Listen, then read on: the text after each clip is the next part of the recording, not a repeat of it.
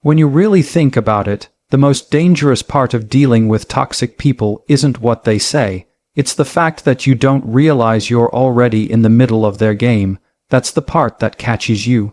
You wake up one day and notice you've been pulled into this strange back and forth, where every conversation feels like a battle, every interaction leaves you drained, and you're not even sure how you got here. That's because toxic people are skilled at crafting scenarios where you feel like you have to play along, and the more you play, the more control they have. The first and most important step to freedom is recognizing the game before you even step onto the field. If you can see the pattern, you can choose not to participate, and once you stop participating, the game collapses. So how do you spot it? It starts with slowing down and observing rather than reacting. Pay attention to the emotional bait they use, subtle digs wrapped in jokes, sudden bursts of criticism after moments of kindness, conversations where you walk away feeling guilty without knowing why. These aren't accidents. They're part of a deliberate rhythm designed to keep you off balance. Psychologically, toxic people often operate from a scarcity mindset, meaning they believe control, attention, and emotional dominance are limited resources. So they have to secure as much of it as they can, often at your expense. Their game is about maintaining that upper hand, and the trap is that they don't announce it. They draw you in through familiar roles: the savior, the villain, the scapegoat, the sidekick. Once you accept one of those roles, they can predict your moves, and they'll adjust their strategy to keep you in it. Now, here's the shift. Instead of engaging in the game, you start studying it. You switch from player to observer. You watch how they choose their words, how their mood changes when you resist reacting, how they test boundaries in small ways before pushing harder. You start to see patterns when they text you, what topics they bring up, the exact tone they use right before a conflict starts. And once you can predict the play, you can choose not to be part of it. The beauty of recognizing their game early is that it removes the element of surprise. Without surprise, there's no hook. They can't pull you into an argument you didn't see coming. They can't guilt you into a favor you'll regret later. You've seen this scene before, and you already know the ending, so you can choose to walk out before it starts. It's a lot like watching a magician after you've learned the trick. The moment you understand how the illusion works, it loses its power. You still see the motions, but you're no longer captivated. You're just watching someone pull the same tired card from the same sleeve. And here's the truth toxic people hate. Once you stop being impressed by their tricks, they can't keep you in the audience. There's also a philosophical angle to this. Life is too short to keep auditioning for someone else's play. Every time you allow a toxic person to set the stage, you're letting them direct the story you're in. Recognizing the game is about reclaiming authorship of your life. You decide which conversations are worth having. You decide which conflicts are worth entering. You decide whose opinion gets a seat at your table. That doesn't mean you need to announce to them, "I know what you're doing." In fact, sometimes the most effective way to exit the game is quietly. You simply stop moving in the direction they're trying to pull you. You don't rise to the bait. You don't defend against false accusations. You don't match their energy. You just step off the field. And they will notice. At first, they might try harder to pull you back in, more jabs, more guilt trips, more sudden kindness to hook you again. But if you hold steady, they'll have to face a truth they've been avoiding. Their control only works on willing participants. When you can see the game clearly, you stop being a pawn. And when you're no longer a pawn, you start to see all the other possibilities for your energy, your time, your relationships. That's when life opens up in ways you couldn't see before, because now, instead of reacting to someone else's chaos, you're choosing your own direction. Here's what I want you to remember. You don't have to win their game to be free of it.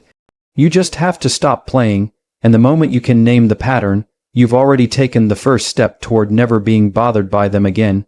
If there's one truth about toxic people that's almost universal, it's this: they survive on reaction.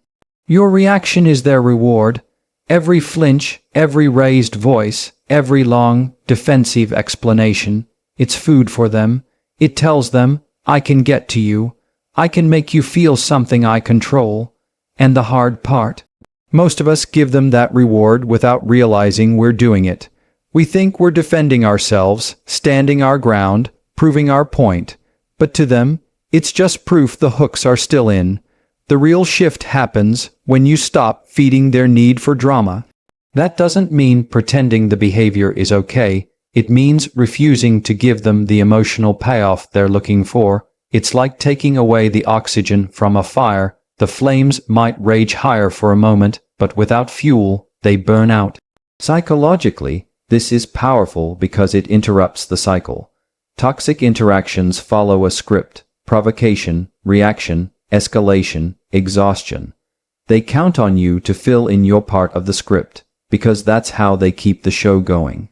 But the moment you stop playing your role, the scene falls apart. They can throw out the same lines, but without your response, it's just dead air. And dead air makes them uncomfortable because it means they've lost the thing they crave: control over your emotional state. Let's be clear, this is not about being cold or cruel. It's about choosing where your energy goes. Every reaction you give is an investment, and toxic people are the worst possible place to invest.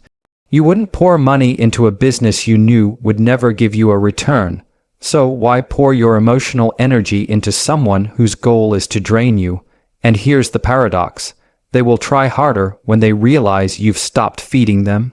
They'll poke at new vulnerabilities. They'll raise their voice. They'll switch from attack to charm in the span of 5 minutes.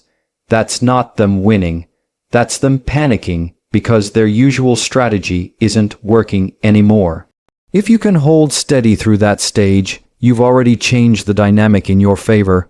Philosophically, this is about detachment, not the cold, I don't care about anything a kind, but the strong, I choose what matters a kind. You can care about people without being controlled by them. You can care about fairness without having to win every argument. You can care about yourself enough to say, my peace is worth more than proving you wrong. That's the essence of removing the reward. It's a declaration that your emotional state is no longer for sale. The best part is that you don't have to make a big announcement about it. In fact, you shouldn't. The most effective way to remove the reward is quietly, consistently, and without ceremony.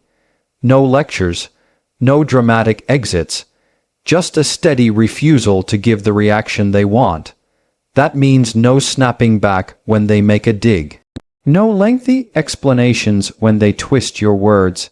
No visible frustration when they act like a victim. You become a calm, unmoved presence. And that stability is something they can't touch. And there's a deeper freedom in this.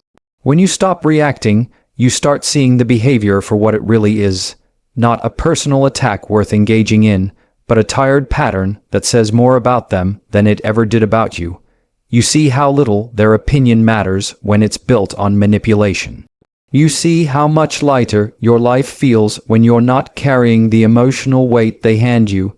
Think about it. A fisherman can't catch a fish that won't bite, no matter how shiny the lure, no matter how skillfully it's presented. If you don't bite, you don't get hooked.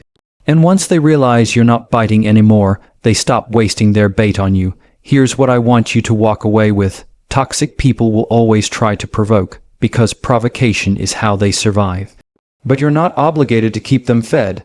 The moment you stop giving them the reaction they want is the moment you start starving the problem, and eventually, what you starve dies. Boundaries are one of those things we all know we should have, but most of us don't really understand how powerful they are until we start living by them. We often think of boundaries as something we announce. Big speeches, ultimatums, dramatic lines in the sand. But the truth is, the most effective boundaries are not spoken. They're lived. They're shown in how you carry yourself, what you allow, and what you quietly refuse to engage in. Toxic people hate boundaries because boundaries limit their access. They're used to walking in and out of your mental and emotional space whenever they want. They're used to rearranging your priorities to fit theirs. A boundary is like locking the door they've been used to strolling through uninvited. And here's the key. They don't need to see you lock it to feel the change. Psychologically, boundaries are not just about keeping people out. They're about keeping yourself in, keeping your energy, your focus, your self-respect contained and protected. When you set a boundary, you're not just saying, "You can't do this to me." You're saying, "I value myself enough to decide what I will and won't participate in." That shift isn't just defensive, it's deeply empowering, and the best boundaries are consistent. If someone crosses a line and you let it slide once, you've taught them it's not really a line. It's just a suggestion. But if you respond the same way every time, without anger, without drama, just with calm certainty, they start to realize this is not a game they can win. Boundaries can be subtle. Maybe it's not answering a call when you know the conversation will spiral into chaos. Maybe it's changing the topic when they bring up something you know is bait. Maybe it's spending less time around them without announcing why. These aren't acts of hostility, they're acts of self-preservation. You don't need to justify them, because they're about your well-being, not their approval. Philosophically, a boundary is a statement of identity. It says, "This is who I am, and this is how I live. You can interact with me within these lines, but you can't redraw them." And once you live like that, people either learn to respect your space or they remove themselves. Either outcome is a win. The challenge is holding those boundaries when they get tested, and they will get tested. Toxic people will push against them, not because they don't understand, but because they want to see if you'll hold your ground. They might call you cold, selfish, or difficult. That's just pressure. If you fold under that pressure, you've shown them the boundary is negotiable. But if you stay steady, you've sent the message that you mean what you live. And here's the beautiful part. Once people realize you won't bend to manipulation, they often stop trying. You're no longer an easy target. They'll still be who they are, but they'll redirect that energy towards someone who doesn't have the same walls in place. That's not you being harsh. That's you being wise about where you allow your life to be touched. Think of a boundary like a filter. You don't need to block everything, just the things that pollute your peace. The rest can pass through, and that filter is something you control. You decide what makes it in and what gets stopped at the door.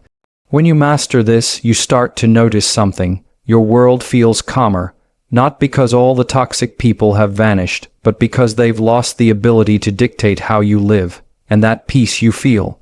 That's the reward for holding the line. Here's the takeaway. Boundaries aren't about controlling someone else's behavior.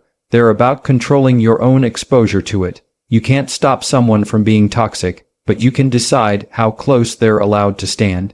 And when you consistently live within those lines, toxic people eventually realize there's no room for them in your space.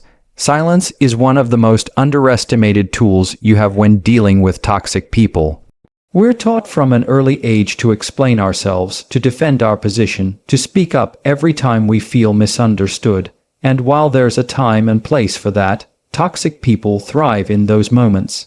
They want you talking, because talking gives them more to twist, more to attack, more to use against you later. When you choose silence instead, you take away the very thing they rely on. Your words as ammunition. Silence isn't about giving up or letting someone win. It's about refusing to enter a fight that was designed for you to lose from the start. Toxic people are masters at steering conversations into traps. They make statements that are emotionally loaded. They bait you into defending something that doesn't even need defending, and they frame situations so that no matter what you say, it can be turned back on you. The moment you recognize that, you realize the most strategic move is to not play along. Psychologically, silence shifts the power dynamic. They expect you to match their energy, anger for anger, sarcasm for sarcasm. When you don't, it throws them off balance. Suddenly, they're left alone with their own words, and that's an uncomfortable place for them to be.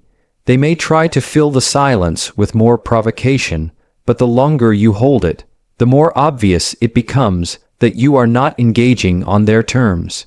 The beauty of silence is that it speaks without speaking. It says, "I hear you, but I'm not giving you the satisfaction of a reaction. It says, you don't control my voice, my emotions, or my focus. And over time, that silence becomes a wall they can't climb. Now, it's important to understand, this isn't the cold shoulder. The cold shoulder is passive, aggressive. It's meant to punish or manipulate. Strategic silence is different. It's calm, intentional, and rooted in self-respect. You're not trying to hurt them, you're trying to protect yourself. There's a big difference between shutting someone out and refusing to be drawn into a destructive cycle. Philosophically, silence is about mastery over the self. It's easy to speak when you're provoked. It takes discipline to hold your tongue. That discipline sends a message, not just to them, but to you, that you're not a puppet on someone else's strings. You decide when and how you engage. You decide what's worth your voice, and in a world where noise is constant, that kind of control is rare. Of course, silence will be tested. They'll push harder, maybe even accuse you of being weak or scared because you won't argue. But here's the thing, strength isn't about winning a shouting match. Strength is about keeping your peace in the face of someone who's trying to shatter it. You don't need their validation to know you're right. You don't need the last word to prove your point. Sometimes, the absence of a response is the strongest response you can give. And over time, something happens. They realize their words aren't landing anymore. They can yell, accuse, guilt, and provoke, but it bounces right off. That's when the dynamic shifts. They may pull back, they may change tactics, or they may just fade out of your life entirely. Either way, your silence will have done what no argument ever could. It protected your peace and preserved your dignity. Think of it like a mirror. When you don't react, you're holding up a reflection of their own behavior. They have to sit with themselves without the distraction of your counterattack. And sometimes, that reflection is the only thing that forces a person to confront who they really are. Here's the truth. Your voice is valuable, but it doesn't have to be given to every battle. You have the right to keep it for moments that matter. You have the right to protect your peace without defending it to the very people trying to destroy it. And when you use silence strategically, you're not just ending an argument, you're ending the hold that person has over you. The reason toxic people can get to you so easily is often because, at some level, you've allowed them to influence how you see yourself. Their words, their approval, their validation, whether you realize it or not, have been tied to your sense of worth. And that's exactly where they gain their power. If they can make you feel small with a comment or inflated with a compliment, they've essentially put a leash on your emotions. You're not free, you're being led. The turning point comes when you build an inner identity they cannot touch. That means your self-worth isn't up for negotiation. It doesn't swing with someone's praise or plummet with their criticism. It's rooted in something far deeper. Your values, your integrity, and your own quiet confidence in who you are. This is where a lot of people struggle, because we've been conditioned to believe that validation is proof of our worth. We're praised for being agreeable, liked for being accommodating, and rewarded for being what other people want us to be. And when you take that away, when you stop living for someone else's approval, it can feel uncomfortable, even empty at first. But what's really happening is you're stripping away the noise so you can hear your own voice. Psychologically, when you ground your identity internally instead of externally, you remove the levers toxic people use to manipulate you. They can't dangle approval in front of you like a prize because you're no longer chasing it. They can't break you down with insults because you know their words are a reflection of them, not you.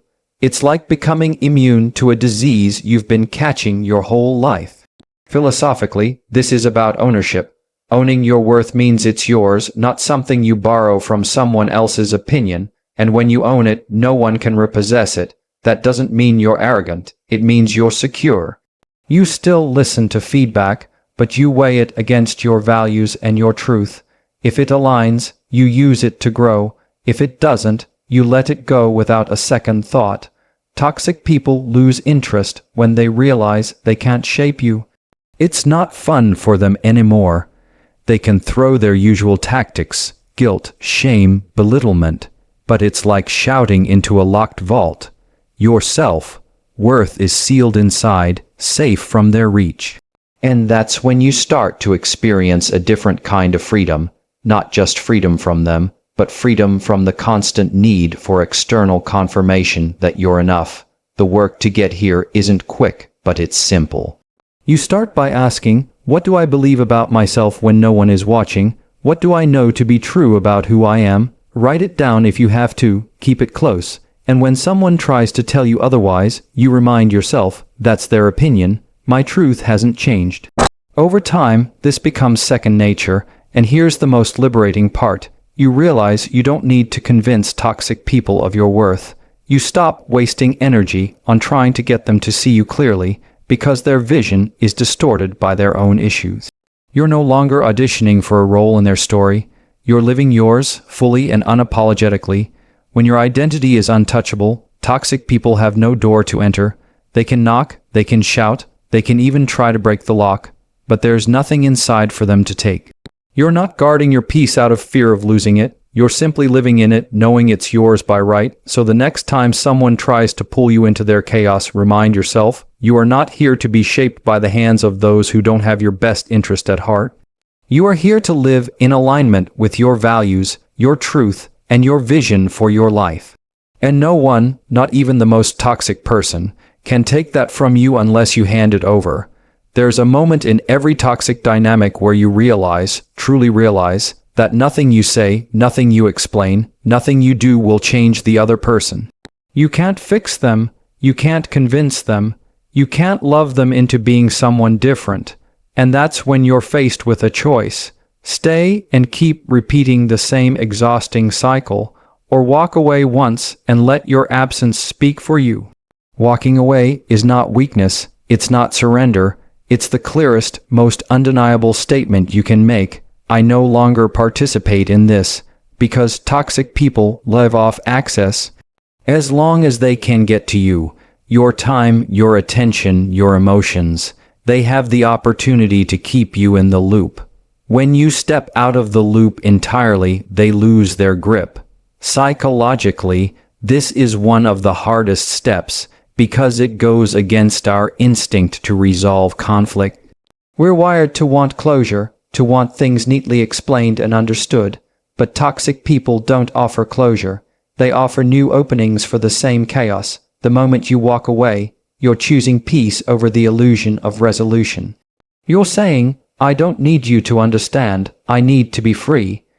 Sometimes walking away is physical. You cut off contact, you remove yourself from shared spaces, you block their access. Sometimes it's emotional. You stop investing in the relationship, even if you still have to interact with them. And sometimes it's both. The form doesn't matter as much as the fact that you are no longer showing up to play the role they've written for you. Philosophically, walking away is about honoring the truth you've already recognized. If you know something is toxic and you stay, you're not just allowing it, you're endorsing it. You're saying, I'm willing to keep breathing this poison. Leaving is the opposite. It's saying, I believe I deserve better, and I'm willing to prove it with my actions, not just my words.